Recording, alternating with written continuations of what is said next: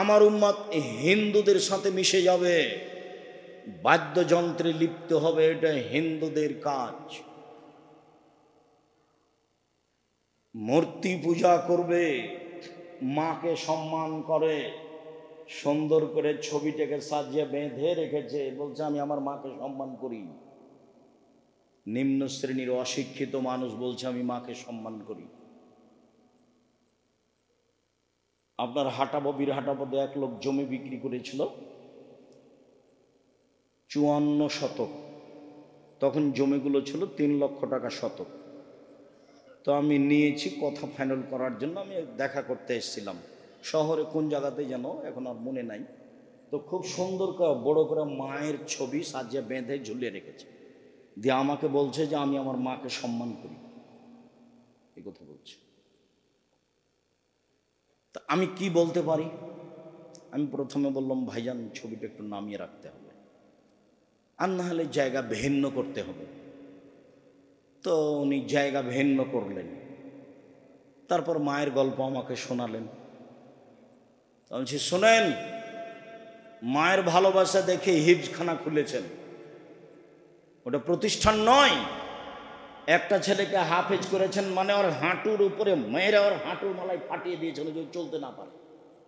এখন তো আর চলতে পারে না, ও কি করছে, বড় একটা টুপি মাথায় দিয়েছে, তার উপরে রুমাল দিয়েছে, মানুষের বাড়ি বাড়ি খেয়ে বেড়াচ্ছে।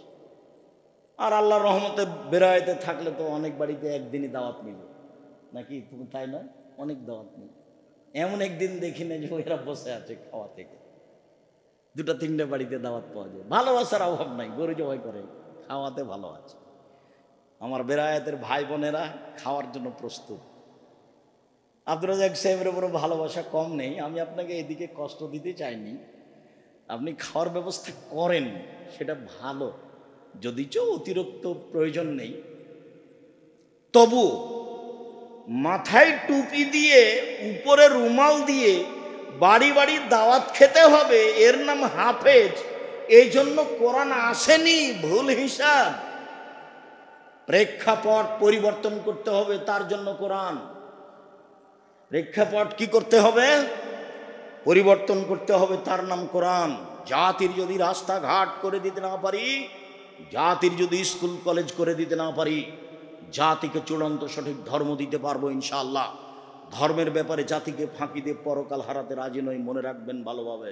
এবার চলেন, রাসূল সাল্লাল্লাহু আলাইহি ওয়াসাল্লাম আমাকে আর আপনাকে লক্ষ্য করে কত কষ্টকর কথা বলছেন। তিনি বলছেন লায়াতিয়ান্না আলা উম্মতি কামা তাবানি ইসরাইল হাজওয়ান বিন্নালে হাজওয়ান নাল বিন্নালে। আমার উম্মত মিশে যাবে ইহুদি খ্রিস্টানের সাথে। ডান হাতের বিঘত যেমন বাম হাতের সমান, আমার উম্মত মিশে যাবে ইহুদি খ্রিস্টানের সাথে। ডান পায়ের জুতা যেমন বাম পায়ের সমান, সমান সমান মিলে যাবে কৃষ্টি কালচারে, পোশাক আশাকে, খাতা কলমে, গাড়ি বাড়িতে, চলাফেরাতে, স্কুল কলেজে, খাওয়াতে পান করাতে, সব কিছুতেই মিলে যাবে আমার উম্মত ইহুদি খ্রিস্টানের সাথে। ডান হাতের বিঘত যেমন বাম হাতের সমান, সমান সমান মিলে যাবে। ডান পায়ের জুতা যেমন বাম পায়ের সমান, আমার উম্মত ইহুদি খ্রিস্টানের সাথে মিশে যাবে।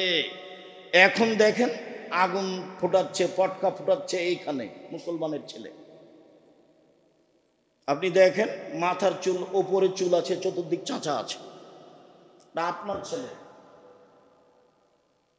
দেখেন আপনার ছেলের একটা গেঞ্জি আছে, নিচের পিছন দিকে 10 লেখা আছে, ওটা দেখতে দেখতে সলাপ শেষ।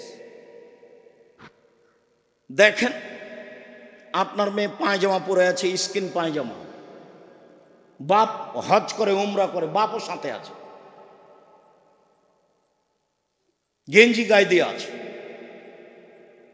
দেখেন স্কুলের অবস্থা, মেয়েরা স্কুলে যাচ্ছে এক পোশাকে। বুঝাতে পারিনি, আবার বুঝেন। লায়াতিয়ান্না উম্মতি কামা আতাবানি ইসরাইল হাজওয়ান নালে বিন্নালে। আমার উম্মত মিশে যাবে ইহুদি খ্রিস্টানের সাথে। ডান পায়ের জুতা যেমন বাম পায়ের সমান, সমান সমান মিলে যাবে। এই বলেও থামলেন না, এবার ভাষাগতভাবে নিচে নামতে লাগলেন। নিচে নামতে নামতে নামতে বলছেন যে ইহুদি খ্রিস্টান যদি খোলা মাঠে মায়ের সাথে জেনা করে থাকে, আমার উম্মত জেনা করবে মায়ের সাথে। নেন এবার হাদিস তো সহি।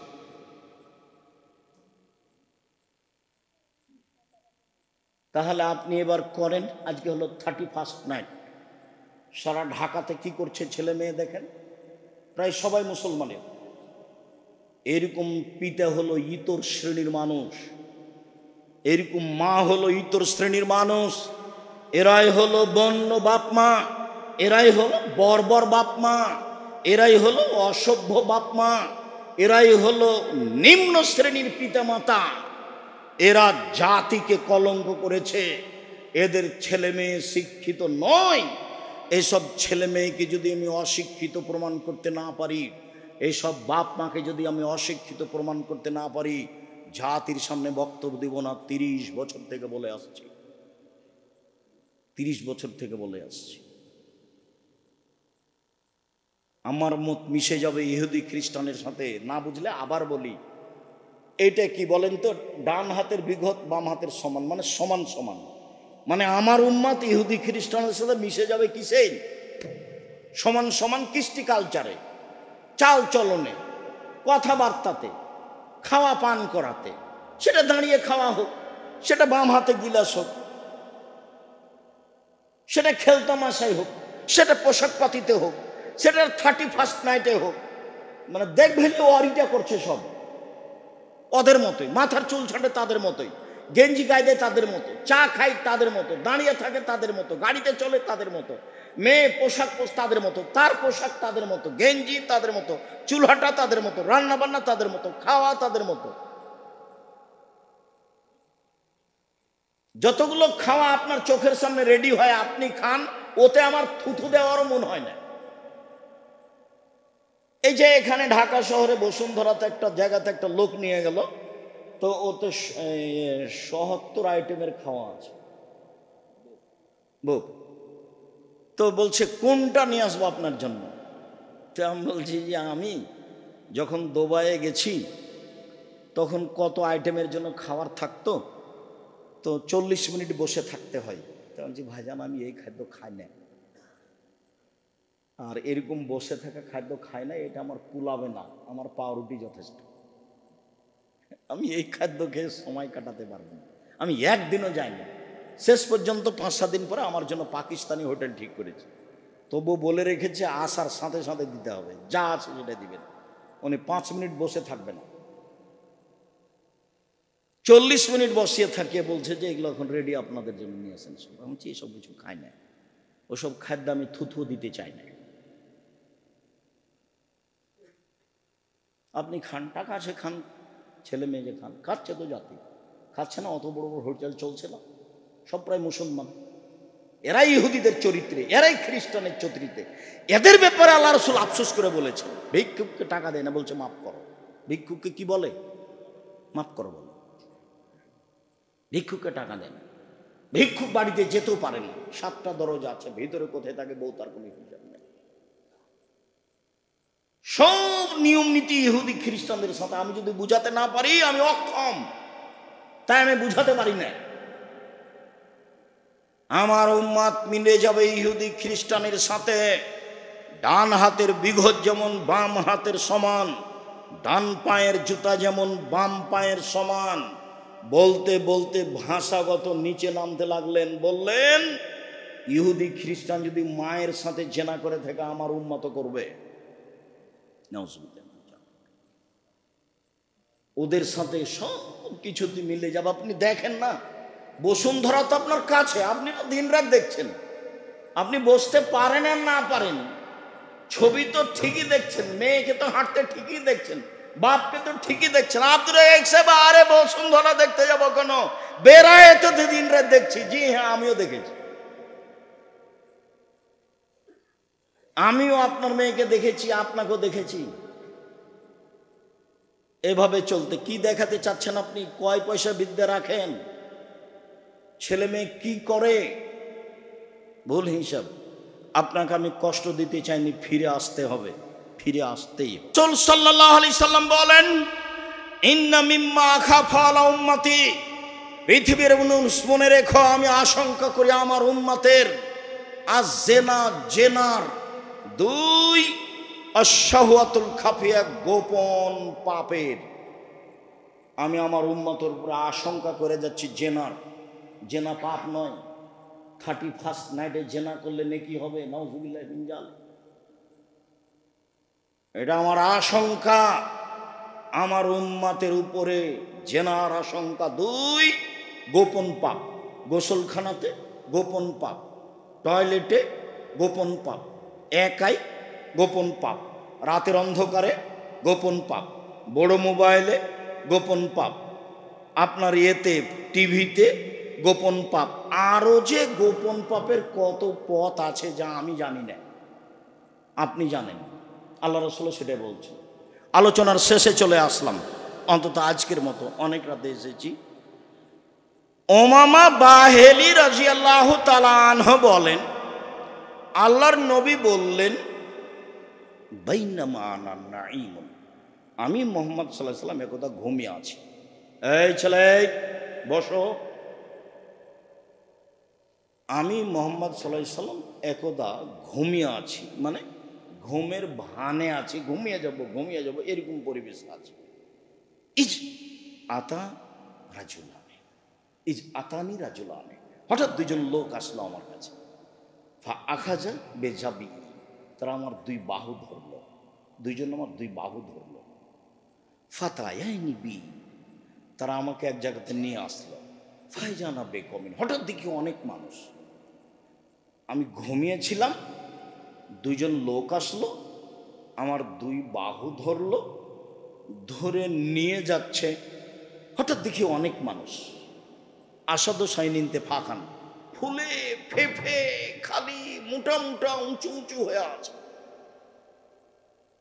ও আন্তানা হরিহান, খুব দুর্গন্ধ।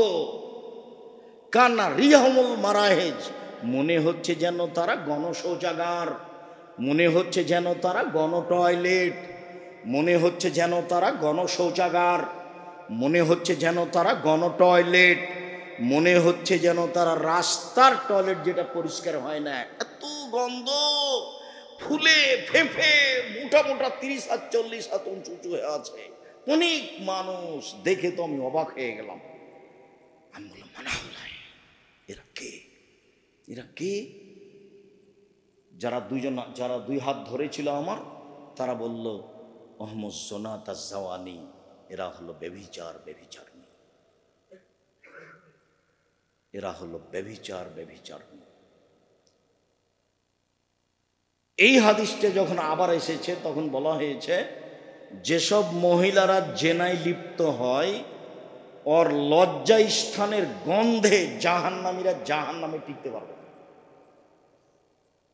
যেসব মহিলারা জেনায় লিপ্ত হয় ওদের লজ্জা স্থানের গন্ধে জাহান্নামীরা জাহান্নামে টিকতে পারবে না। এসব রাত ইহুদি খ্রিস্টানের আদর্শকে মেনে নেওয়া রাত।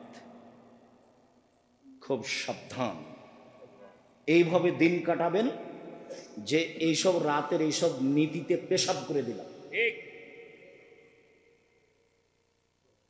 আমি তো এর নাম নিব না, আমার উত্তরসূরির ছেলে মেয়ে যারা আসবে তারাও নেবেন ইনশাআল্লাহ। এইভাবে শক্ত হবে। যতদিন আপনি বাপ হিসাবে বেঁচে আছেন ততদিন শক্ত হন। বাড়ি আপনার, জমি আপনার, ব্যবসা আপনার, ছেলে মেয়ে আপনার অধীনে থাকে। আজও যদি 10,000 টাকা হারিয়ে দেয় তাহলে খুব ক্ষেপে যান। হ্যাঁ, তুই কোথায় টাকা হারালি, তোর হিসাব নাই, কিভাবে চলিস সে তো ঠিকই পারেন আপনি। আর ছেলে মেয়ে দিন রাত নগ্ন হয়ে ঘুরবে, জেনায় লিপ্ত হবে, আপনি জানতে পারবেন, কিছু বলবেন না, কাপুরুষের পরিচয় দিয়ে থাকবেন, ভুল হিসাব। আপনি আপনার দিনী ভাই, আপনাকে আমি অনেক ভালোবাসি, আপনার সাথে আমার ভালোবাসার কোনো ঘাটতি নেই। আমি আপনার কল্যাণ কামনা করি, বিশেষভাবে আপনি বেরায়েতের মানুষ এই হিসাবে আমি আরো আপনার কল্যাণ কামনা করি।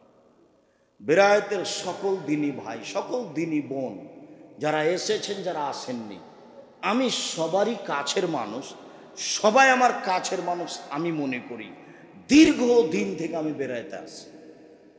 এই মর্মে আপনাকে আমি জরুরি কথা একটা বলে যাচ্ছি, সেটা হলো এই যে শিক্ষার অতীব প্রয়োজন। বেড়াইতে শিক্ষা নেই বললেই চলে। সবাই এখন গান বাজনা, বাদ্যযন্ত্র, খেলতামাশা, ব্যবসা বাণিজ্য, হারামে লিপ্ত। প্রতিষ্ঠান গড়েন, আর না হলে প্রতিষ্ঠান যারা গড়েছে তাদের সহযোগিতায় যান। কালকে ছেলে মেয়ে পাঠান। বড় ছেলে যেগুলো ইন্টার পাস করেছে, ম্যাট্রিক পাস করেছে, অষ্টম নবমে আছে, তার পড়ার আমি ভিন্ন পথ করেছি, তাড়াতাড়ি উপরে চলে যাবে। তার নাম মাহা। আগামীকাল ভর্তির তারিখ। সারা বাংলাদেশে যত প্রতিষ্ঠান আছে জামিয়া সালাফিয়া নামে, সব জামিয়া সালাফের ভর্তির তারিখ আগামীকাল। ছেলে পাঠান, মেয়ে পাঠান। বেরায়েত হিসেবে যদি ফেল করে পরীক্ষায়, আমি আপনার সাথে ওয়াদাবদ্ধ, আপনার ছেলে মেয়েকে নিব আমি ইনশাআল্লাহ। এত ছাত্র যাবে, সবাইকে কি নিবে রাখবে কোথায়? 2,500-3 হাজার ছাত্র ছাত্রী যদি উপস্থিত হয় এখানে এবং ওখানে, তাহলে সবাইকে নিতে পারবে? থাকার যা রাখার জায়গা আছে, আছেই তো আগে থেকে। আপনার প্রায় 5,000 ছেলে মেয়ে আছে। এখনই ওদের বাড়ি ঘর নাই, তারা 8,000 ছেলে মেয়ে কেমনে রাখবে? নিবে না সবকে। খুব বেশি যাচ্ছে রাজশাহী, ওখানে শিক্ষক শিক্ষিকা বেশি, সেই জন্য। আর এখানে তো ঘর বাড়ি তেমন করতে পারেনি। আপনি খালি টাকা দিব বলছেন আর দেন না, দিব বলছেন আর দেন। কখন যে দিবেন আর কখন যে ভালো করে করবো, দিবেন ইনশাল্লাহ, ইনশাল্লাহ। তো এখানে জমি কিনতে সময় লেগে যাচ্ছে, আরও 1-1 বছর লেগে যাবে ইনশাল্লাহ। তারপর আমরা একটা ভালো পর্যায়ে চলে যাব। মসজিদটা হলে আমরা কাছাকাছি পর্যায়ে চলে যাব ইনশাল্লাহ। জমি এবং মসজিদ নিয়ে আমরা খুব ব্যস্ত আছি। আপনাদের মসজিদে অনেক টাকা পয়সা আছে, 20-30 বছর পরে সব জমি জায়গায় এমনি হারিয়ে যাবে, কাজে লাগাতে পারবেন না। সরকার কখন দখল করে নেবে, তার আগেই বিক্রি করে দেশের কিছু মসজিদ করে দেন। ওইসব টাকা পয়সা জমি জায়গায় রেখে আপনি কি করবেন? 1 কাঠা জমির দাম আপনার 50 লাখ টাকা, 20 লাখ টাকা, 30 লাখ টাকা, 1 কোটি টাকা। তো এত জমি রেখে কি করবেন? 2-1 বিঘা রেখে সব বিক্রি করে দেন। বিক্রি করে দিয়ে আহলে হাদিসের যেগুলো জামিয়া সালাফিয়া থাক, ওটা লাগবে না। অন্য যারা আহলে হাদিসের মসজিদ আছে সেগুলো তৈরি করে দেন, করা ভালো। 20 বছর 30 বছর পরে এসব জমি যা কি হবে? এমনিতে হারিয়ে যাবে। আর এই টাকা আপনি অন্য কাজে লাগাতে পারবেন না। মসজিদের টাকা মাদ্রাসায় নিয়ে যাওয়া যাবে না, মাদ্রাসার টাকা মসজিদে নিয়ে যাওয়া যায়। মানে মসজিদের টাকা সবচেয়ে উপরে, এটাকে নিচে নিয়ে যাওয়া যাবে না। কথা বুঝতে পারেননি? মসজিদের সম্পদ কোথায় খরচ করতে হবে? মসজিদেই করতে হবে। অন্য কোনো জায়গাতে খরচ করতে পারবেন না। মাদ্রাসাটা নিয়ে যেতে পারেন মসজিদে, কিন্তু মসজিদটা মাদ্রাসাতে নিয়ে যেতে পারবেন। সম্মানিত দিনী ভাই বোন, আপনি ছেলে মেয়েকে শিখিয়ে দেন, আর না হলে যারা প্রতিষ্ঠান খুলেছে তাদের সহযোগিতা করেন। আপনি আগামীকালকে ছেলে মেয়েকে পাঠান, ফেল করলে আমি জিম্মেদার। 1, 2, আপনি জামিয়া সালাফের জন্য দোয়া করবেন, আল্লাহ তুমি জামিয়া সালাফে কবুল করো। আমার মনে বড় সাধ, এ দেশের মাটিতে আমি উন্নত মানের প্রতিষ্ঠান গড়বই করবো ইনশাআল্লাহ, যেখানে ছেলে মেয়ে বাংলা, ইংরেজি, আরবি উন্নত মানের শিক্ষা অর্জন করে জাতির অন্যায়ের বিরুদ্ধে লড়বে, মুখে কলমে মিডিয়ায় লড়বে ইনশাআল্লাহ। দেশের সর্ববৃহৎ প্রতিষ্ঠান জামিয়া সালাফিয়া আয়াতনে, দেশের সর্ববৃহৎ প্রতিষ্ঠান শিক্ষক সংখ্যায়, দেশের সর্ববৃহৎ প্রতিষ্ঠান শিক্ষা গুণে, শিক্ষা মানে, দেশের শিরক মুক্ত প্রতিষ্ঠান জামিয়া সালাফিয়া, দেশের বিদাত মুক্ত প্রতিষ্ঠান জামিয়া সালাফিয়া, দেশের হিংসা মুক্ত প্রতিষ্ঠান জামিয়া সালাফিয়া, দেশের দল মুক্ত প্রতিষ্ঠান জামিয়া সালাফিয়া, দেশের সংগঠন মুক্ত প্রতিষ্ঠান জামিয়া সালাফিয়া, দেশের ভিন্ন ধরনের ব্যতিক্রম প্রতিষ্ঠান জামিয়া সালাফিয়া। জামিয়া সালাফিয়া প্রায় 5,000 ছেলে মেয়ে বর্তমান পড়াশোনা করে। প্রায় 519 জন ইয়াতিম আছে। কতটি?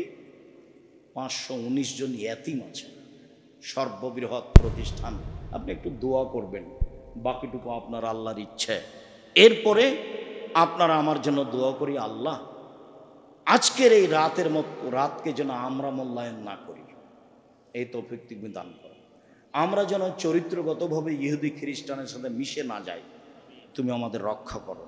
তারপরে কয়েকটা জিজ্ঞাসা আছে, তারপরে যাওয়ার সময় সবাই বই পুস্তক নিয়ে যাবে। আলিতেসম পত্রিকায় 50টা প্রশ্নের উত্তর আছে।